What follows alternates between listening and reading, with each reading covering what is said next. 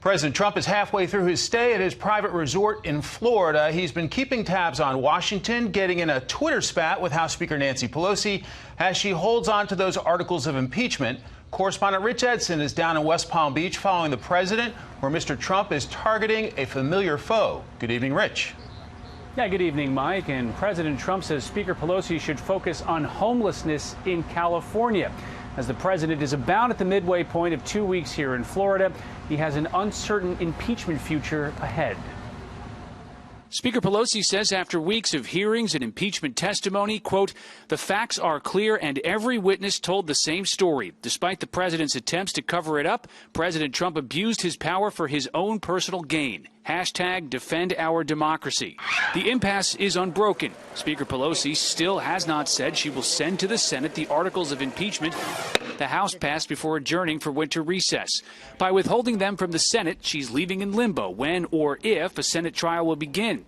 She says she's delaying a trial to compel Senate Majority Leader Mitch McConnell to allow for witness testimony.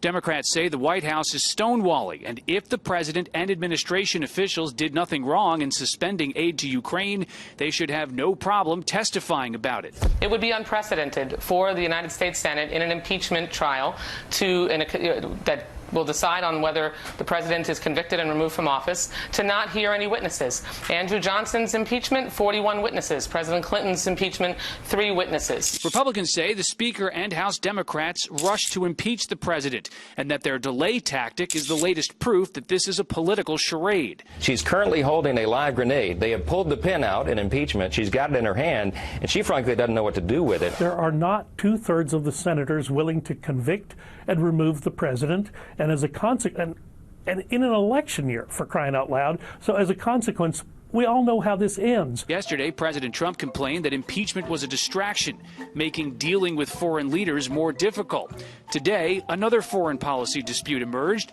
A spokesman for Philippine President Rodrigo Duterte says he will formally decline an invitation to visit the United States. Duterte is protesting a provision in a congressional spending bill that sanctions Philippine officials for detaining a government critic there. The country is banning 2 U.S. senators, Dick Durbin and Patrick Leahy, from traveling to the Philippines.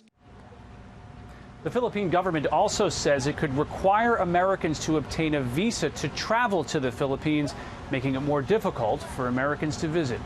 Mike. Rich Edson live in West Palm Beach. Rich, thanks a lot.